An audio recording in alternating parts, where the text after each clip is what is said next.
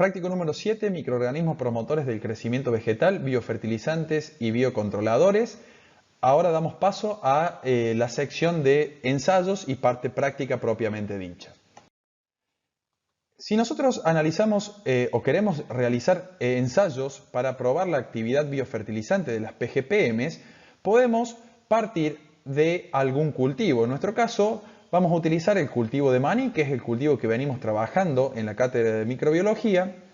Para ello vamos a realizar un ensayo de actividad biofertilizante en condiciones controladas, en cámara de germinación, para probar el efecto de estas PGPR sobre la germinación del cultivo de maní.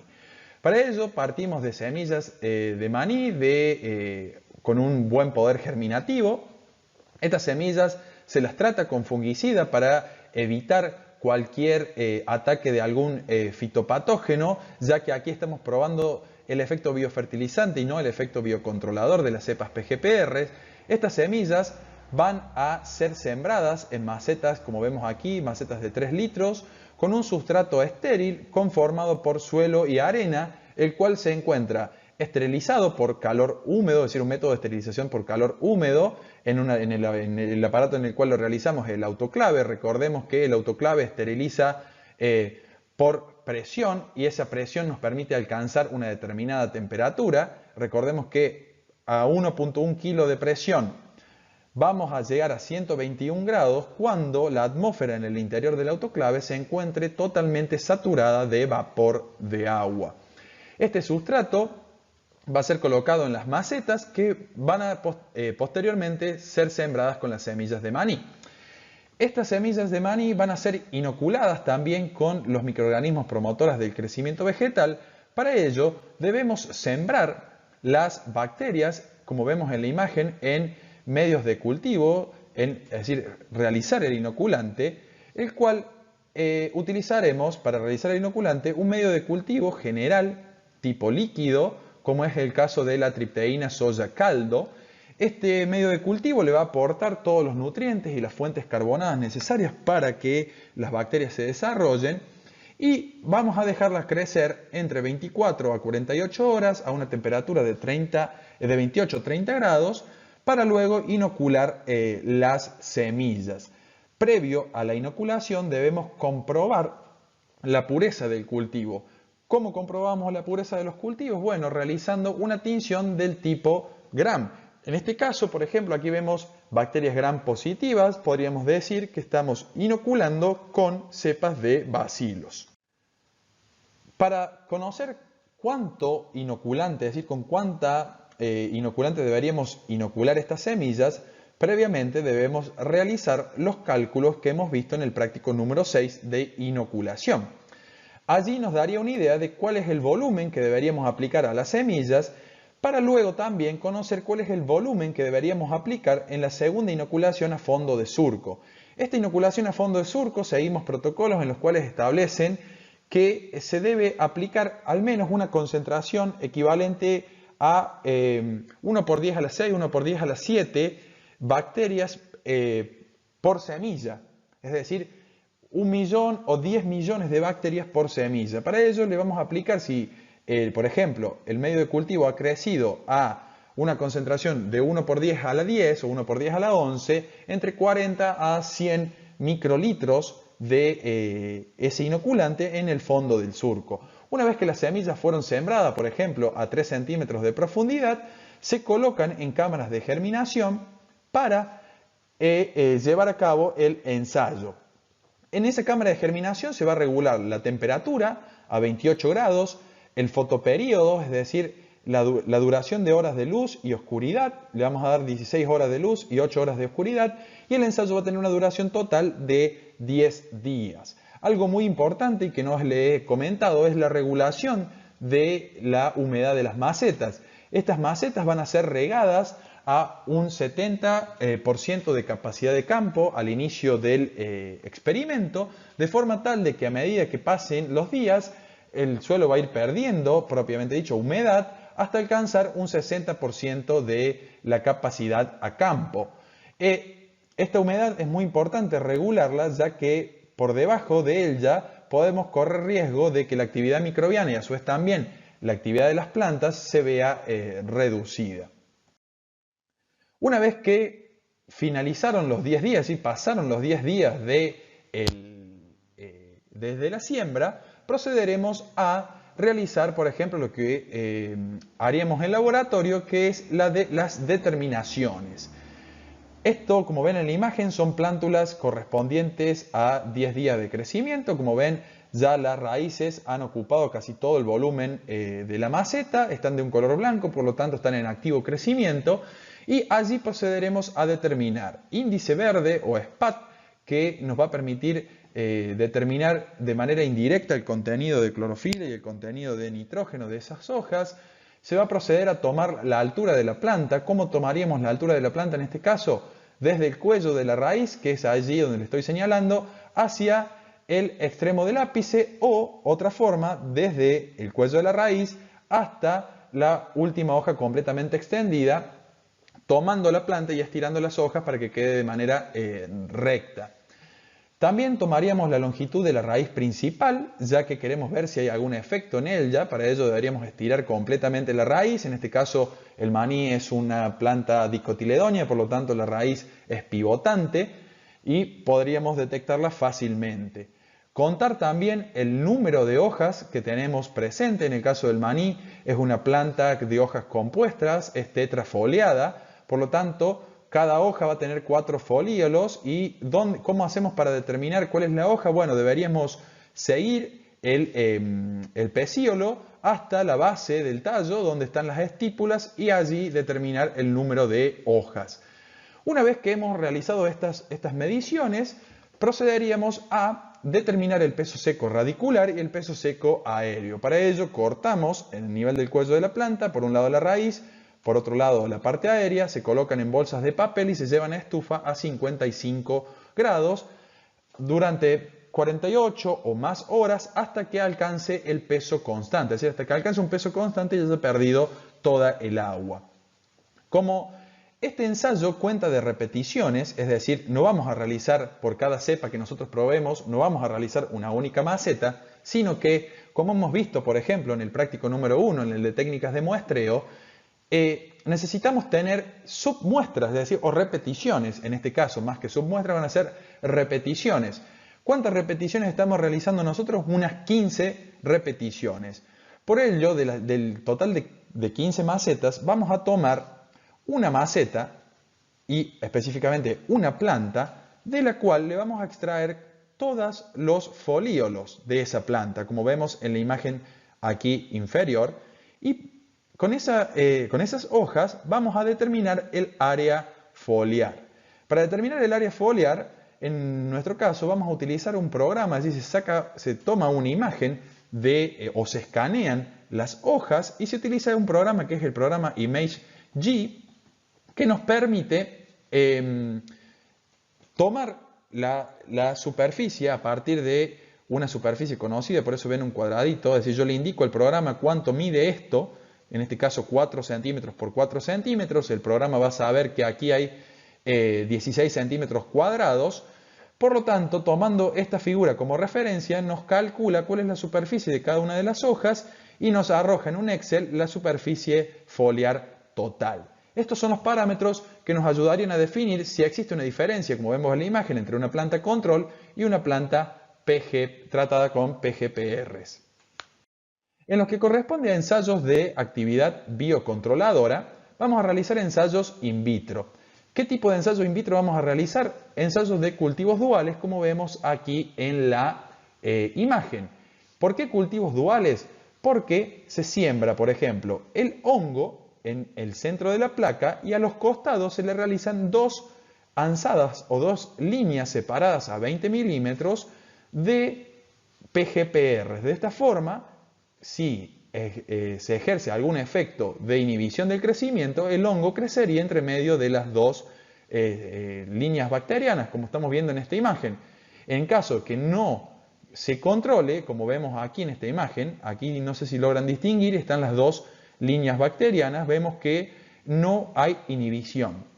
Para realizar este cultivo dual necesitaríamos, ¿qué materiales? Un medio de cultivo sólido, estéril, tipo PDA, en placas de Petri, es decir, plaqueado, Las cepas PGPRs con 24 a 48 horas de crecimiento, como les expliqué en la parte de ensayos biofertilizantes, se realiza de la misma forma.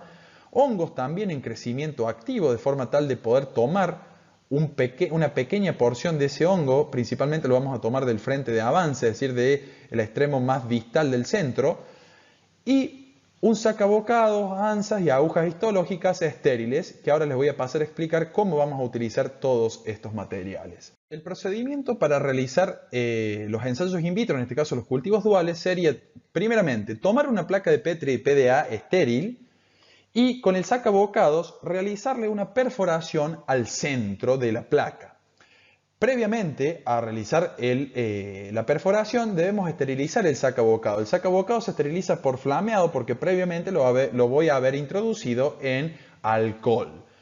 Posterior a ello tomo una aguja histológica. Esa aguja histológica me va a permitir sacar el taquito de agar que he colocado en el centro de la placa y retirarlo.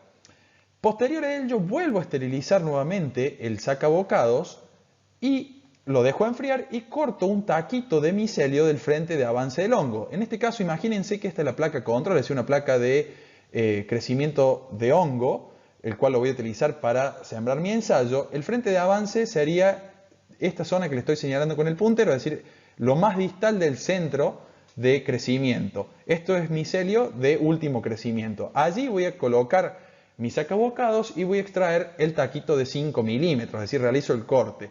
Posterior a realizar el corte, tomo nuevamente la aguja histológica, la esterilizo por calor al rojo, es decir, al rojo vivo, la dejo enfriar y tomo el taquito de hongo que acabo de cortar para pasarlo a la placa estéril que perfore en el paso 1. Una vez que tengo ya sembrada, por ejemplo, mi placa con el hongo, tomo el ansa de siembra para tomar una alícuota de mi cultivo bacteriano y realizar, como vemos en la imagen, las dos líneas correspondientes a las PGPRs. Para ello debo esterilizar previamente el ansa también se esteriliza al rojo vivo, se la deja enfriar y se toma la alícuota de cultivo de PGPR. Una vez que tomo la alícuota, coloco el ansa, por ejemplo, en este extremo y realizo la siembra con una línea recta a 10 milímetros del taquito de hongo. Es decir, si aquí está el centro donde yo coloqué ese taquito de activo crecimiento, a 10 milímetros voy a realizar la primera ansada. Luego repito nuevamente este paso, es decir, vuelvo a esterilizar el ansa, tomo mi alícuota de caldo bacteriano crecido y realizo nuevamente la siembra en el otro extremo, es decir, a 20 milímetros de esta línea o a 10 milímetros del taquito de hongo. Una vez que tengo sembrado tanto el hongo como las bacterias, procedo a tapar la placa de Petri, es decir, coloco la tapa de la caja de Petri y lo sello con parafilm, que es un film que permite la oxigenación de la placa, y la incubo a la placa de Petri durante 4, 5 o la cantidad de días que sea necesario para permitir el crecimiento ya sea tanto de las bacterias como del hongo. En el caso de este tipo de ensayos, siempre debemos realizar una placa, como ven en la imagen, que se denomina control, es decir, una placa en la cual yo siembro mi hongo de la misma manera que sembré para las PGPRs, pero en vez de realizar 2 ansadas con bacterias, realizo 2 ansadas con agua destilada estéril que simularían las 2 líneas de bacterias. ¿Y cuándo finalizaría el ensayo? Cuando mi placa control, por ejemplo, el hongo creció hacia el extremo, es decir, cubrió toda la placa y doy por finalizado el ensayo. En caso de que se excedan los 7 días, por ejemplo, lo finalizo a tiempo fijo, es decir, digo, a 7 días se acaba el ensayo y tomo como superficie máxima de crecimiento lo que ha crecido mi placa control. En este caso vemos que el control no llenó la placa, pero hemos finalizado el ensayo a 7 días. ¿Cómo voy a proceder a realizar las mediciones? Puedo realizar mediciones diarias, para ello tomo un calibre. Aquí tienen cómo se utilizaría el calibre, es decir, cómo realizar las lecturas. Recuerden que tenemos una regla superior y una regla inferior. A la medición del diámetro de crecimiento del hongo, lo debo medir en dos direcciones, como les muestro aquí en esta imagen. Y una vez que tengo medido tanto el diámetro de crecimiento en la placa control como en la placa del tratamiento, puedo medir cuál es el porcentaje de inhibición del crecimiento. Para ello, ¿qué digo? La superficie de la placa control menos la superficie de la placa de tratamiento sobre mi placa control por 100 me va a dar el porcentaje de inhibición del crecimiento. Si recuerdan la imagen anterior, esa placa tiene una inhibición del crecimiento por encima del 80%. En el caso de micorrizas, vamos a tener la división tanto sea en endomicorrizas como en ectomicorrizas. Las ectomicorrizas son hongos adaptados a las regiones templadas y frías, se asocian a árboles, coníferas y a algunos, por ejemplo, robles, alerces. Pertenecen a la división basidiomicotas o hongos, serían los hongos más evolucionados. Este tipo de hongos son los denominados hongos de sombrero que forman los basidiocarpos, que son estos cuerpos de fructificación, y en su interior se encuentran las esporas. Estos hongos generan cambios a nivel radicular, como los que podemos observar en la imagen, forman un grueso manto de color blanquecino, como ven aquí, y los cambios morfológicos normalmente son que la raíz propia del árbol se acorta y se engrosa. Y a su vez también generan bifurcaciones, como podemos ver aquí, se generan bifurcaciones con los extremos redondeados y extremos romos, y la superficie explorada del suelo, que normalmente sería explorada por las raíces, es reemplazada por las hifas del hongo, el cual le va a permitir a la planta absorber agua, nutrientes y, como hemos visto en el teórico, en el caso de las micorrizas, van a cumplir un rol fundamental en el proceso de nutrición fosfatada, ya que liberan grandes cantidades de ácidos orgánicos que permiten solubilizar el fósforo. En el caso de las ectomicorrizas, son hongos simbiontes de tipo facultativo, que se diferencian con las endomicorrizas, que son hongos simbiontes de tipo obligado. En el caso de las endomicorrizas, tienen una amplia distribución geográfica, se asocian a todos los tipos de vegetación y principalmente a especies de tipo herbáceo. Son hongos inferiores, son representantes del género Glomeromycota.